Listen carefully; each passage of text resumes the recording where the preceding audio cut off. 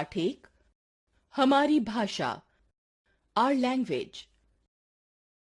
बच्चों, हम अपनी बात बोलकर एवं लिखकर दूसरों तक पहुंचाते हैं और दूसरों की बात सुनकर एवं पढ़कर समझते हैं। अपनी बात दूसरों तक पहुंचाने तथा दूसरों की बात समझने के लिए हम जिस माध्यम का प्रयोग करते हैं उसे भाषा कहते हैं। इस प्रकार भाषा के दो रूप हैं, पहला मौखिक, दूसरा लिखित। मौखिक भाषा बोलकर अपनी बात बताना और सुनकर दूसरों की बात समझना भाषा का मौखिक रूप है।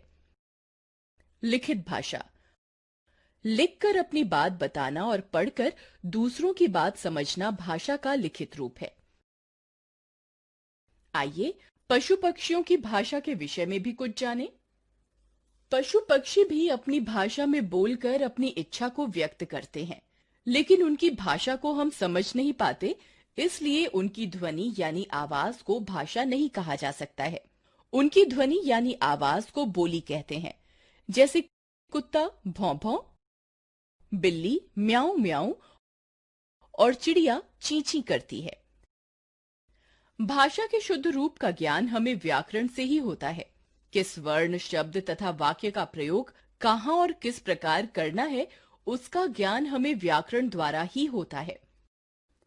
व्याकरण वह शास्त्र है जो भाषा के शुद्ध रूप के प्रयोग का ज्ञान कराता है।